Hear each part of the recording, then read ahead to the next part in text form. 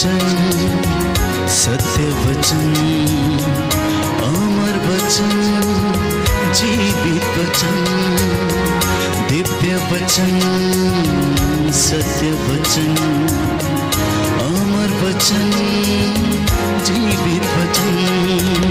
साई दा बामा बनी दा बामा बगा रे सा नि रे सा नि रे सा नि रे सा नि रे सा। दिव्य वचन, सत्य वचन, अमर वचन, जीवित वचन, दिव्य वचन, दिव्य वचन।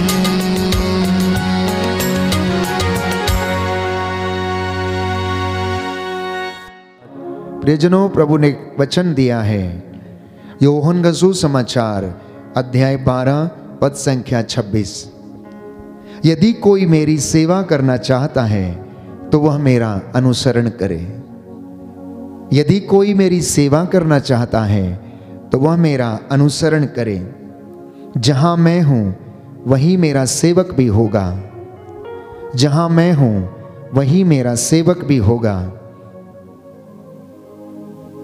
जो मेरी सेवा करेगा मेरा पिता उसको सम्मान प्रदान करेगा। जो मेरी सेवा करेगा, प्रभु यीशु कह रहे हैं कि मेरा पिता उसका सम्मान करेगा। एक सुंदर वचन आज प्रभु ने आप सबके लिए, जो उसके भक्त हैं, ये दिया है कि यदि तुम मेरा अनुसरण करना चाहते हो तो आत्म त्याग करो और मेरे पीछे हो लो। यदि कोई मेरी सेवा करना चाहता है तो वह मेरे पीछे आए, मेरा अनुसरण करे।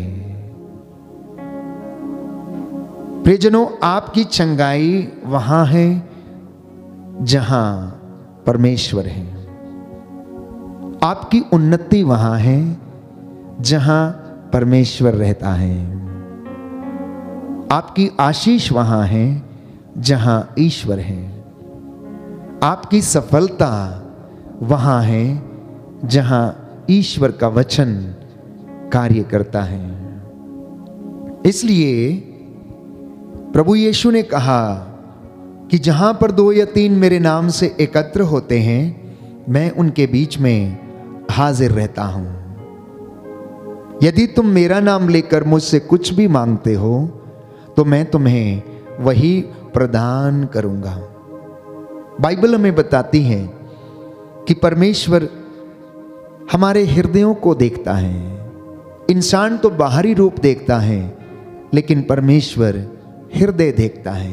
वो हमारा उत्साह देखता है, हमारा दृढ़ संकल्प देखता है, हमारी मेहनत देखता है और उसके ऊपर वो आशीर्वाद हमें प्रदान करता है। उसने अपने नबियों का, अपने संतों का, जिन्होंने अपना जीवन प्रभु के लिए समर्पित किया, उनका उत्साह देखा। उनके अंदर जो जोश था वो देखा। उनके अंदर जो ज्वाला भड़क रही थी वो प्रभु ने देखी और उन्हें ब्लेस किया। प्रेरितों के अंदर पवित्र आत्मा की जो आग काम कर रही थी, जिसके द्वारा उन्होंने सैकड़ों लोगों को परमेश्वर के नाम का साक्ष्य दिया, यीशु मसीह के नाम का साक्ष्य दिया, और उसके द्वारा परमेश्वर ने बहुत से रोगियों को चंगा किया और प्रभु के वचन का प्रचार प्रसार होता रहा। प्रभु का वचन बढ़ता रहा और आज करोड़ों की संख्या में लोग उस प्रभु को जानते, पहचानते हैं, अनुभव करते हैं और उसकी महिमा को अपने जीवन में अनुभव करते हैं। जिनको वो चाहता है ऊपर उठाता है और ब्लेस करता है, प्यारे भाई प्यारी बहन। लेकिन शर्त यह है कि प्रभु ये कहता है, अगर तुम मेरी सेवा करना चाहते हो तो तुम्हें मेरा अनुसरण करना होगा, मेरी बातों को मानना होगा। इसलिए प्रभु यीशु ने कहा कि जहां तुम्हारा धन होगा वहीं तुम्हारा हृदय भी होगा। जहां तुम्हारा ईश्वर है वहां तुम्हारी आशीष भी है। जहां परमेश्वर का वचन है, और वचन जब बीज के रूप में बोया जाता है तो वो उगता है और 60 गुना, 70 गुना, 100 गुना फल लाता है और वो किसान को आनंदित करता है। उसी तरह से वचन भी प्रभु अपने भक्त को जब प्रदान करता है तो वो उसे आनंद देता है। Hallelujah, hallelujah. यीशु की स्तुति हो, यीशु की स्तुति यीशु हो। को धन्यवाद, यीशु को हे धन्यवाद। प्रभु यीशु, हे प्रभु यीशु, आपका वचन रूपी बीज आपका वचन रूपी बीज मेरे जीवन में, मेरे जीवन में, मेरे परिवार में मेरे परिवार 100 में गुना फल लाए। 100 गुना फल लाए। आमीन। आमीन। तो परमेश्वर किसी से पक्षपात नहीं करता, परमेश्वर किसी से पक्षपात नहीं करता। वो जिसको चाहे, जितनी मात्रा में चाहे, वो उसे उतना प्रदान करता है। और जैसा मैं अक्सर कहता हूं, जिसकी जितनी बड़ी झोली है उसमें उतना ही समाता है। आपकी झोली छोटी है तो उसमें थोड़ा आएगा, अगर आपकी झोली बड़ी है तो उसमें ज्यादा समाएगा। जो ज्यादा आत्मत्याग करेगा, जो ज्यादा सेवा करेगा, जो ज्यादा प्यार दिखाएगा, वो ज्यादा फल प्राप्त करेगा, वो ज्यादा आशीष ग्रहण करेगा, वो ज्यादा अभिषेक प्राप्त करेगा। प्यारे भाइयों और बहनों, और परमेश्वर उसे उसी के अनुसार वरदान देता है और आशीष प्रदान करता है। शैतान जो झूठ का पिता है, अंधकार का सरदार है और अपने को संसार का नायक समझता है और अपने को उजाले का दूत के रूप में बदल लेता है। स्त्री एवं पुरुषों को धोखा देता है, उन्हें ठोकरें खिलाता है, उन्हें पाप में गिराता है और खुद वो हंसता है जब इंसान, प्यारे भाइयों और बहनों, धक्के खाता है, पाप में गिरा रहता है और बुराइयों में पड़ा रहता है, उनसे ऊपर नहीं निकल पाता है, तो उसे बड़ा आनंद होता है, क्योंकि ये प्रभु के चुने हुए लोग, प्रभु की अपनी प्रजा क्या करती है? दुख सहन करती है और वह आनंद मनाता है। दुष्ट व्यक्ति को दूसरों को सताने से आनंद मिलता है, जानते हैं आप? जो व्यक्ति दुष्ट होता है उसे दूसरों को मारने, काटने और उसको चिढ़ाने, उसका घर जलाने, उसको क्या होता है, उसे इन सारी चीजों से आनंद मिलता है, क्योंकि ये शैतान का काम है। वो झूठ का पिता है, अपने आप को उजाले का दूत के रूप में प्रकट करता है। लेकिन परमेश्वर ऐसा नहीं चाहता। परमेश्वर चाहता है कि आप उसकी हजूरी में रहें, आप उसकी कृपा से वंचित ना हो जाएं, आप पाप में ना गिरें, आप उसकी आज्ञाओं का पालन करें, आप उसके वचन को, जो तलवार है आत्मा की, उसको लेकर आगे बढ़ें, और जिससे कि आप शैतान के सारे अग्निमय बाणों को बुझा सकेंगे। जैसा कि बाइबल हमें बताती है, एफेसियों का पत्र अध्याय 6 पद संख्या 10 और उससे आगे, कि अब तुम ईश्वर के अपार सामर्थ्य से बल ग्रहण करो। अब तुम ईश्वर के अपार सामर्थ्य से बल ग्रहण करो, क्योंकि हमारी लड़ाई मनुष्यों से नहीं, हमारी लड़ाई आकाश के अंधकार शक्तियों से है, इस संसार के अधिपतियों से है। इसलिए तुम मुक्ति का टोप पहन लो, विश्वास की ढाल पहन लो और ईश्वर का वचन, आत्मा की तलवार, शांति, सुसमाचार, उत्साह के जूते पहनकर तुम आगे बढ़ो, जिससे कि तुम शैतान की धूर्तता का सामना कर सको, शैतान की धूर्तता का सामना कर सको। क्योंकि बाइबल हमें बताती है कि परमेश्वर ने अदन वाटिका में शैतान को, जो सांप का रूप धारण करके अदन वाटिका में आया और उसने आदम और हवा को प्रलोभन दिया और उन्हें बहका दिया, तो परमेश्वर ने, प्यारे भाइयों और बहनों, उस सांप को श्राप दिया कि आज से तू पेट के बल चलेगा और मिट्टी, जीवन भर मिट्टी खाएगा।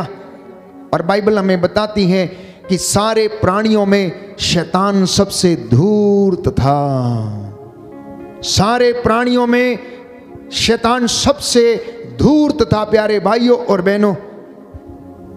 और इसी के साथ बाइबल हमें बताती है, कुरिन्थियों के दूसरे पत्र अध्याय 11 पद संख्या 13 से 14 में, कि आप लोग झूठे प्रचारक और कपटपूर्ण कार्यकर्ताओं से भी सावधान रहें, जो मसीह के संदेश वाहकों का स्वांग रचते हैं। ये आश्चर्य की बात नहीं है, क्योंकि स्वयं शैतान ज्योतिर्मय स्वर्गदूत का स्वांग रचता है। इसलिए मैं बार बार कहता हूं कि आप बहकावे में ना आए, आप बहकावे में ना आए, किसी की बातों में ना आए। आप प्रभु के वचन को सुने, उसको पढ़ें और उसको अपने जीवन में अनुभव करें, उसे अपने जीवन में अनुभव करें। दुनिया की कोई ताकत आपको बचा नहीं सकती, लेकिन एक ताकत प्यारे भाइयों और बहनों जो हमें दी गई है, परमेश्वर का वचन जो जिंदा है, वो आपको बचा सकता है, आपको उद्धार देगा और आपकी आत्मा इसके द्वारा बचाई जाएगी। जब हम इस वचन को सुनेंगे तो ये हमारा जीवन बदल देगा, हमारे परिवार को बदल देगा।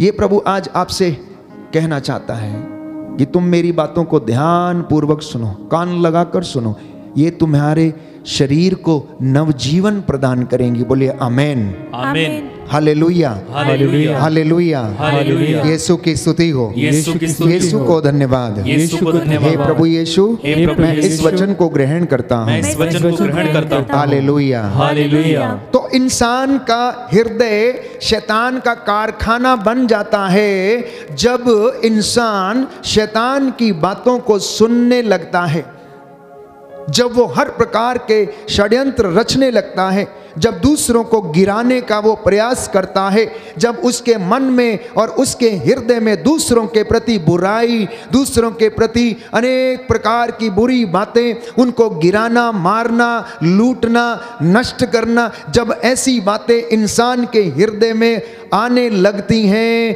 तो वो शैतान का कारखाना बन जाता है, शैतान का कारखाना बन जाता है। इसलिए आज मनन चिंतन का विषय ये है, अपने आप से पूछ के देखना, अपने हृदय की टोह लेके देखना, अपने हृदय को प्यारे भाइयों और बहनों जांच के देखना कि क्या वास्तव में आपका हृदय परमेश्वर का मंदिर है या फिर शैतान का कारखाना है। दुनिया में आज ऐसे तमाम लोग हैं प्यारे भाइयों और बहनों जो किसी ना किसी रूप में ईश्वर के रास्ते से भटके हुए हैं, धर्मशास्त्र की शिक्षा से भटके हुए हैं, अपने मार्गों पर चले हुए, बुराई में फंसे हुए हैं। इसीलिए हर जगह पाप, हर जगह बुराई, हर जगह शोषण, हत्या, भ्रष्टाचारी, अनेक प्रकार की बुराइयां इस दुनिया में मौजूद हैं। हर कदम पर आपको प्यारे भाइयों और बहनों अन्याय मिलेगा। ये बातें कहां से निकलती हैं? बाइबल हमें बताती है कि मनुष्य के हृदय से निकलती हैं, मनुष्य के हृदय से निकलती हैं। इसलिए अपने हृदय की रक्षा करना, अपने हृदय को संभाल के रखना, अपने मन को संभाल कर रखना, कहीं ये अनेक प्रकार की विचारधारा से कुंठित ना हो जाए, परमेश्वर से दूर ना चला जाए। प्रभु यीशु आपको समझा रहे हैं, मेरे बेटे, मेरी बेटी, तू अपने हृदय की रक्षा करना। क्या तू नहीं जानता कि ये तेरा हृदय ईश्वर का मंदिर है, पवित्र आत्मा का मंदिर है? प्रभु कहता जो इसे नष्ट करेगा मैं उसे नष्ट कर दूंगा। इसलिए आज आप लोगों के लिए प्रभु यीशु का ये संदेश है कि मेरे बेटे और मेरी बेटियों, मेरे बच्चों, तुम अपने मन की रक्षा करो, अपने हृदय की रक्षा करो, अपनी जुबान की रक्षा करो, क्योंकि इससे श्राप और आशीर्वाद दोनों निकलते हैं। इससे श्राप और आशीर्वाद दोनों निकलते हैं।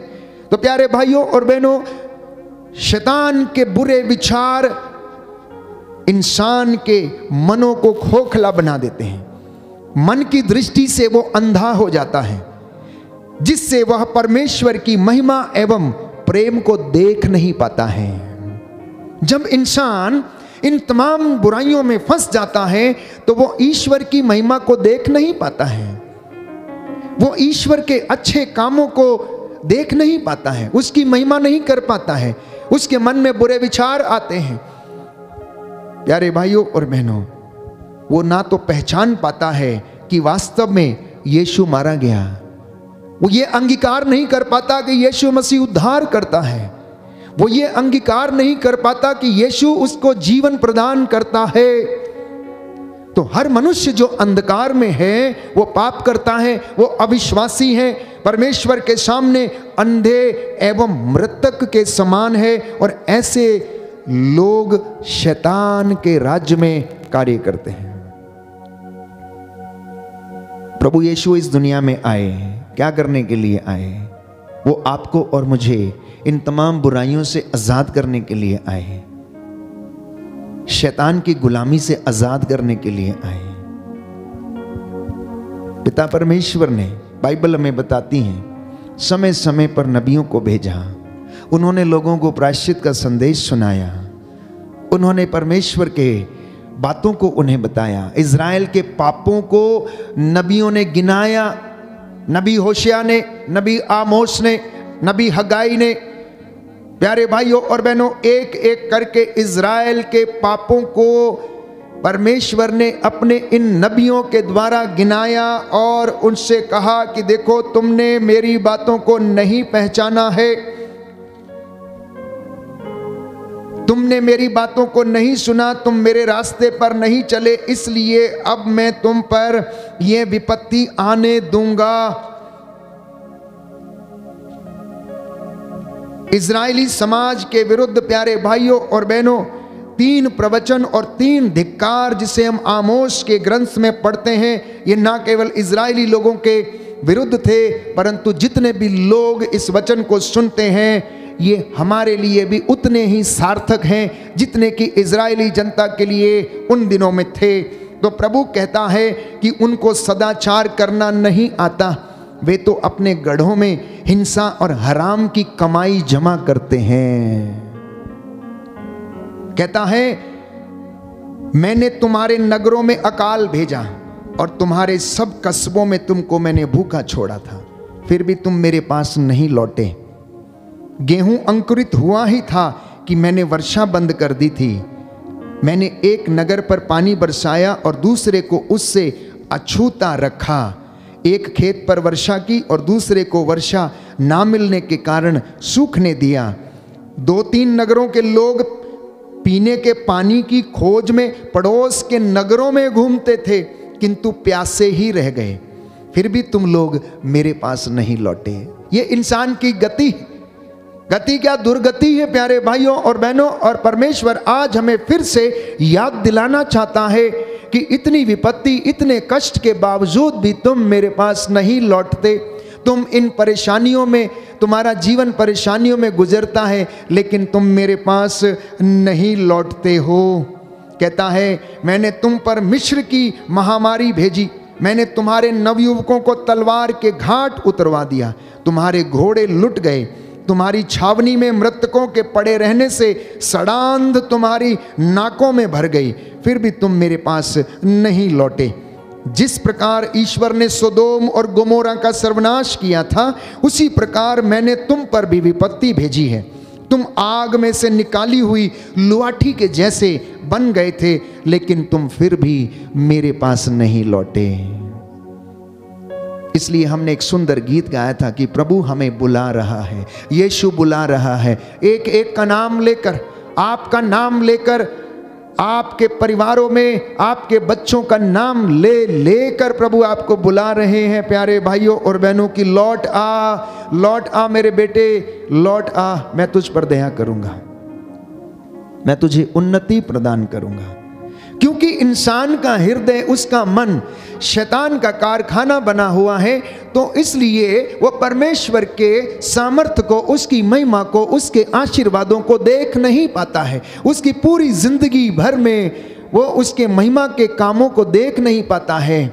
बस यही कारण है कि हम उसकी महिमा से वंचित रहते हैं, प्यारे भाइयों और बहनों। तो आमोस नबी इज़राइल के विरुद्ध तीसरा प्रवचन देता है अध्याय 5 में, और कहता है, जीवित रहने के लिए प्रभु ईश्वर को ढूंढो। आमोस नबी का ग्रंथ अध्याय 5 पद संख्या 6। अगर तुम जीवित रहना चाहते हो तो कहता है तुम परमेश्वर को ढूंढो। ऐसा ना हो कि वह यूसुफ के घराने पर आग की तरह लपक आए, जो उसे भस्म कर डालेगी और जिसे बेतेल में कोई भी बुझा नहीं सकेगा। कहीं ऐसा ना हो कि तुम परमेश्वर से दूर चले जाओ और वो तुम पर से अपना हाथ पीछे खींच ले और तुम नष्ट हो जाओ। प्यारे भाइयों और बहनों, पवित्र बाइबल के वचन खरे हैं, खरे हैं। उसकी एक एक मात्रा, एक एक बिंदु प्रभु यीशु ने कहा पूरा हुए बिना नहीं टलेगा। इसलिए प्रभु के भक्त होने के नाते जब हम उसकी आराधना करते हैं, स्तुति करते हैं, तो समर्पण हमारे जीवन की सबसे अच्छी आदत बननी चाहिए। अपने परिवार को समर्पित करना, बच्चों को समर्पित करना। हमारे जीवन में हो सकता है आज कुछ काम हुए हैं, कुछ नहीं हुए हैं। प्रभु कहता है चिंता क्यों करते हो, मैं तुम्हारी चिंता करता हूं। इन गौरैयों को देखो, इन चिड़ियों को देखो, ये ना तो बोते हैं ना काटते हैं, लेकिन फिर भी ईश्वर उन्हें क्या करता है, खाना खिलाता है। ना तो वो बटोरते हैं, ना उनके बखार हैं, ना वो जमा करते हैं, लेकिन एक भी भूखा नहीं रहता है। ऐसा विश्वास प्यारे भाइयों और बहनों कलीसिया में और विश्वासियों के जीवन में होना चाहिए। इसलिए मैंने आपके लिए वचन पढ़ा था कि प्रभु ये कह रहे हैं कि अगर तुम मेरी सेवा करना चाहते हो तो मेरा अनुसरण करो, जैसा मैंने किया वैसे तुम भी एक दूसरे के साथ करो। Hallelujah, hallelujah, hallelujah, hallelujah. यीशु की स्तुति हो, यीशु की स्तुति यीशु का धन्यवाद, यीशु को यीशु की धन्यवाद। आराधना हो, यीशु की आराधना यीशु की महिमा हो, यीशु की महिमा यीशु को धन्यवाद। यीशु को धन्यवाद। अब आप पूछेंगे कि हम कैसे अनुसरण करें, प्रभु हम कैसे आपके पीछे आए, प्रभु हम क्या करें। हम कर तो रहे हैं, उपवास भी करते हैं, प्रार्थना भी करते हैं, दशमांश भी देते हैं, सेवा भी करते हैं, चर्च की सफाई भी करते हैं, बीसीसी ग्रुप में प्रार्थना भी करते हैं। प्रभु हम सब कुछ तो कर रहे हैं। कहता है एक बात की कमी है तेरे जीवन में, मैं जानता हूं कि तू सब ये काम करता है, कर रही है, एक बात की कमी है और वो ये है कि तेरा आचरण संसार के आचरण के जैसा है। इसलिए संत पौलुस स्पष्ट करता है इस बात को अफेसियों का पत्र अध्याय 2 पद संख्या 2 में कि आपका आचरण संसार की रीति के अनुकूल, आकाश में विचरने वाले अवदूतों के नायक के अनुकूल था, उस आत्मा के अनुकूल जो अब तक ईश्वर के विरोधियों में क्रियाशील है। उससे बचने का पूरा पूरा प्रयास कर। मैं जानता हूं कि तू उपवास करता, मैं जानता हूं तू प्रार्थना करता, मैं जानता हूं तू प्रेज एंड वर्शिप करता है, लेकिन तेरा आचरण अभी भी इस संसार के आचरण के जैसा है, इस संसार के नायक के उसका जैसा आचरण है वैसा है। इसलिए तू अपने आप को शुद्ध कर, इसलिए अपने हृदय पर ध्यान दे, उसकी रक्षा कर, अपने होठों पर, अपनी जुबान पर ध्यान दे, उसकी रक्षा कर, अपने कानों पर ध्यान दे कि क्या सुनना चाहता है, क्या सुनना चाहती हो तुम। प्यारे भाइयों और बहनों, बस इसी बात की कमी है। हमारे काम तो पर्याप्त है, निंदा करने से हम बाज नहीं आते हैं। किसी भी कलीसिया के लोगों में आप चले जाइए, ग्रुप में चले जाइए, प्रार्थना समाप्त होगी, समूह उठेगा और उसके बाद एक दूसरे की निंदा करना शुरू कर देंगे। जितनी अनॉइंटिंग 2 घंटे में आई थी वो 2 घंटे के तुरंत बाद 2 सेकंड में गायब।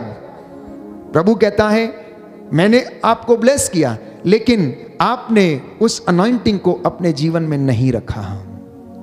बस ये कमी है, और उस कमी को प्रभु यीशु आज आपको चाहता है कि आप उसे पूरा करें, और वो आपको सामर्थ्य प्रदान करेगा।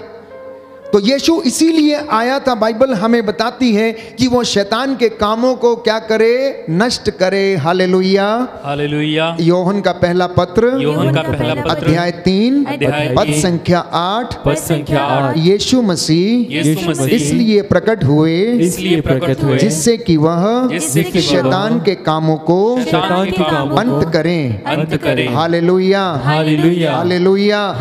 तो यीशु मसीह इस दुनिया में इसलिए आया ताकि वो शैतान के कामों को क्या करे, अंत करे।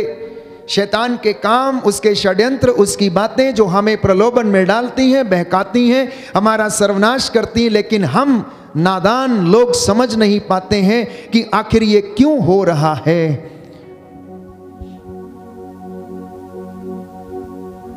इसीलिए हमारा जीवन नष्ट होने लगता है, हमारे जीवन में कष्ट आने लगते हैं।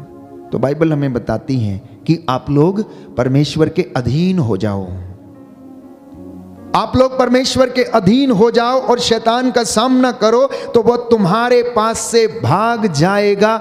ऐसे नहीं भागेगा। जब तक आप पवित्र आत्मा के अधीन नहीं हैं, जब तक आपके हाथ में पवित्र आत्मा की तलवार ईश्वर का वचन नहीं है, वो आपके सामने से नहीं भागेगा। परमेश्वर के निकट आओ और वह तुम्हारे निकट आएगा और वह तुम्हें बचाएगा।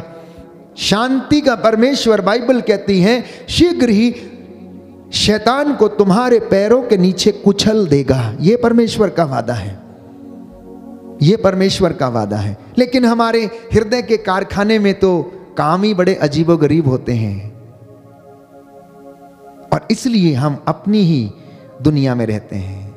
हमारी जिंदगी में यही कशमकश रहती है, दुखों को सहन करना, कष्ट में जीवन बिताना, आर्थिक तंगी में रहना, बेरोजगारी में रहना, और इन तमाम चीज़ों से हम गुजरते हैं। प्रियजनों, अदन वाटिका में प्रभु ने आदम से कहा, आदम, क्योंकि तूने मेरी बातों को नहीं माना, क्योंकि तूने मेरा आदेश का पालन नहीं किया, इसलिए अब सुन, तू जिंदगी भर मिट्टी खोदेगा और तू अपने पसीने की कमाई खाएगा। तू जिंदगी भर मिट्टी खोदेगा और तू अपने पसीने की कमाई खाएगा। इसलिए मेहनत करना इंसान के लिए आवश्यक है। जब तक वो मेहनत नहीं करेगा, उसके जीवन में उन्नति और आशीर्वाद नहीं आएगा। कोई भी व्यक्ति हो, धर्मात्मा, धर्मी, वो अपनी धार्मिकता का पुरस्कार प्राप्त करेंगे। जो विश्वासी है, अपने विश्वास के द्वारा उसे पुरस्कार मिलेगा। इसलिए प्यारे भाइयों और बहनों, परमेश्वर का वचन, बाइबल हमें बताती है कि परमेश्वर आलसी मनुष्य से घृणा करता है, क्योंकि ईश्वर ने आदम को ये बात कही कि तू आज से अपनी मेहनत की कमाई खाएगा, लेकिन उसे ब्लेस कौन करेगा? परमेश्वर करेगा। और बाइबल हमें कहती है कि यदि कोई धनवान बनता है, यदि कोई सफल बनता है, तो वो परमेश्वर की कृपा से और आशीर्वाद से बनता है, दूसरी जगह से नहीं, दूसरी तरीके से नहीं। इसलिए हर व्यक्ति को मेहनत करना है। याजक को, धर्म बहन को, धर्म भाई को, विश्वासी को, कलीसिया के लोगों को, प्रभु के भक्त को, जो उसकी हजूरी में रहता है, जो उसका सेवक है, उन सबको मेहनत करना है। घरों में यदि आप चाहते हैं कि परमेश्वर की आशीष आए, तो आपको परमेश्वर के अधीन रहना होगा। याकूब का पत्र अध्याय 4 पद संख्या 7 से 10 में बाइबल हमें बताती है कि आप लोग ईश्वर के अधीन रहें, अपनी दुर्गति पहचान कर शोक मनाएं और आंसुओं को बहाएं। आपकी हंसी शोक में और आपका आनंद विषाद में बदल जाए। प्रभु के सामने दीनहीन बने और वो आपको ऊंचा उठाएगा। घमंडियों को नहीं, अहंकारियों को नहीं, डींग हाँकने वालों को नहीं। बाइबल कहती है कि आप लोग परमेश्वर के सामने दीनहीन बने तो वह आपको ऊपर उठाएगा। ये आज का वचन आप सबके लिए है। जितने भी लोग इस वचन को सुनेंगे, प्रभु आज आपके जीवन में आशीष प्रदान करेगा, उद्धार लाएगा, आपका जीवन बदल जाएगा। दाहिना हाथ उठाकर इस वचन को मेरे पीछे दोहराइए। याकूब का पत्र अध्याय 4 पद संख्या 7 से 10। प्रभु का वचन कहता है, आप लोग ईश्वर के अधीन रहें, अपनी दुर्गति पहचान कर शोक मनाएं और आंसू बहाएं। आपकी हंसी शोक में और आपका आनंद विषाद में बदल जाए। प्रभु के सामने दीनहीन बने और वह आपको ऊंचा उठाएगा। Hallelujah, hallelujah, hallelujah. तो यदि कोई व्यक्ति ये कहता है कि वो पाप नहीं करता, तो वो अपने आप को धोखा देता है। यदि कोई व्यक्ति ये कहता है कि मैंने ये नहीं किया, मैं कोई बुराई नहीं करता, मेरे जीवन में ऐसी कोई बात नहीं है, तो वो अपने को धोखा देता है, क्योंकि बाइबल स्पष्ट करती है कि इंसान ईश्वर की महिमा से वंचित है, क्योंकि सबने पाप किया, कोई भी अच्छा नहीं है। इसलिए आप लोग ऐसा कहकर पाप ना करें, बल्कि अपनी दुर्बलताओं को स्वीकार करें। और संत पौलुस कहता है कि एक दूसरे के सामने अपने पापों को स्वीकार करें, मतलब अपनी गलतियों को स्वीकार करें। घरों में परेशानियां होती हैं, लड़ाई झगड़े होते हैं, मन मुटाव होते हैं, आपसी वाद विवाद हो जाते हैं। सूरज डूबने से पहले एक दूसरे से कहे, आई एम सॉरी, मैं तुम्हें क्षमा करता हूं, मुझे भी क्षमा करो, आओ हम बैठे प्रार्थना करें, और प्रभु आपको ब्लेस करेगा। क्योंकि आपकी आशीष, मैंने कहा, वहां है जहां परमेश्वर है, और परमेश्वर वहां है जहां पर 2 या 3 उसके नाम से एकत्र होते हैं। परमेश्वर वहां है जिस घर में प्रेम है, परमेश्वर वहां है जिस पति पत्नी के बीच में आपसी सामंजस्य है, आपसी प्रेम है, परमेश्वर वहां रहता है। बाइबल स्पष्ट करती यूहन्ना के पहले पत्र में कि जहां पर प्रेम नहीं है वहां पर ईश्वर नहीं है, क्योंकि ईश्वर प्रेम है, ईश्वर सत्य है, और जहां पर सत्य नहीं है परमेश्वर वहां पर नहीं है। इसलिए बाइबल स्पष्ट करती है इस बात को भी कि इस दुनिया में कोई भी न्याय के साथ कोर्ट कचहरियों के केसेस को नहीं लड़ता, सब अन्याय के साथ ऐसा करते हैं।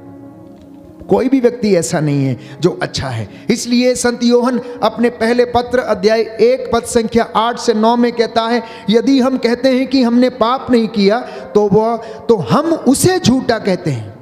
यदि कोई व्यक्ति ये कहता है कि हम में बुराई नहीं, हम गलती नहीं करते हैं, तो वो परमेश्वर को झूठा साबित करता है और हम में उसका सत्य नहीं है। और यदि हम अपने पाप और दुर्बलताओं को स्वीकार करते हैं तो हमें हर अधर्म से वो शुद्ध करता है। यदि हम अपनी कमजोरियों को स्वीकार कर लेते हैं तो वह हमें हर अधर्म से शुद्ध करता है। और यदि हम ज्योति में चलते हैं जिस तरह वो स्वयं ज्योति है, तो हम एक दूसरे के जीवन के सहभागी बन जाते हैं। यूहन्ना का पहला पत्र अध्याय 1 पद संख्या 7, first book of saint John, first letter of saint John chapter 1 verse 7, यदि हम ज्योति में चलते हैं जिस तरह वह स्वयं ज्योति है, तो हम एक दूसरे के जीवन के सहभागी हैं।